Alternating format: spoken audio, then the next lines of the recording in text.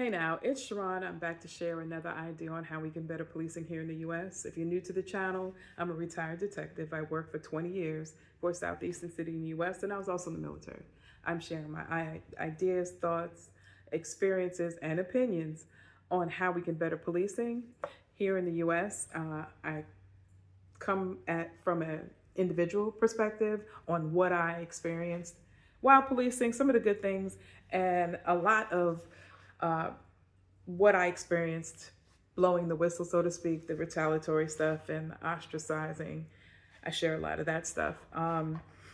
And the way we can make it better is by the individual. Because, of course, individuals, we're going to need individual police officers. If we restructure it, if we rebuild it, throw it out all together, we're still going to use individuals.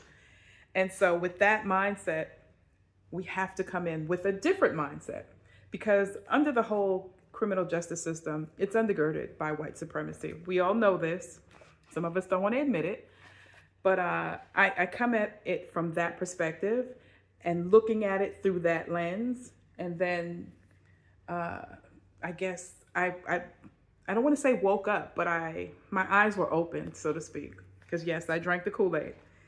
And so with the recent gutting of the Voting Rights Act, people should be concerned. And the reason why I say that is because even with the whole idea on gerrymandering and what they call cracking the black population that typically votes Democratic and splitting that up and making the vote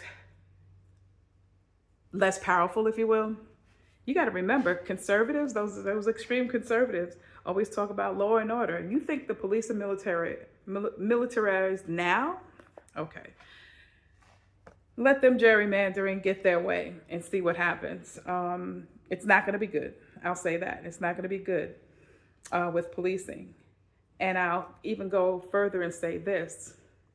Racists cannot think logically. And there's a test. You could just do a couple of dog whistles. Approach the racist with the whole idea on the Voting Rights Act and what they just did in gutting it in Section 2. A true racist is going to always deflect and not answer the question. So ask them this question. Do they know why we needed the Voting Rights Act in the first place? Just ask them. See if they know history, if they know anything at all. That's going to make them pause. At least the person that's thinking to pause, if you will.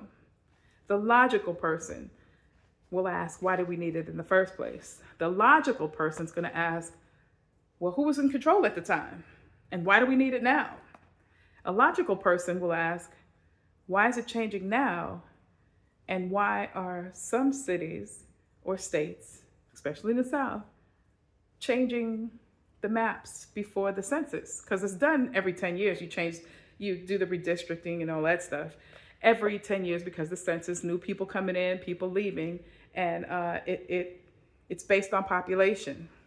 So why are they changing it now in the middle of a decade, if you will? Logical people will ask those questions. The racist ain't gonna answer the question.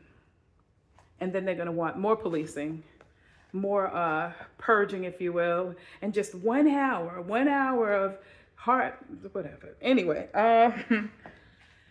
yeah, the Voting Rights Act, you think policing and over-policing of neighborhoods was a thing, it's getting ready to be ramped up. And you know whose neighborhood they coming to? The poor folks, black and brown people in a neighborhood near you.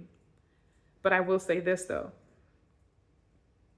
capitalism drives this country, and to defeat capitalism, you need community. And for the police, it's an arm or an extension of white supremacy within the criminal justice system.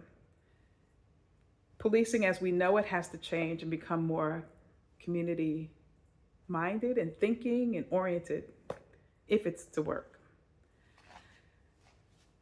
I'll leave it there. I'll just leave it there. Racists can't be logical. Ask them the question.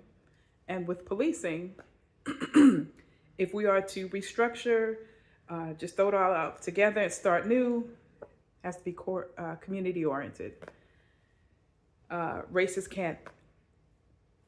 cannot, how should we say, operate in community, especially a diverse one.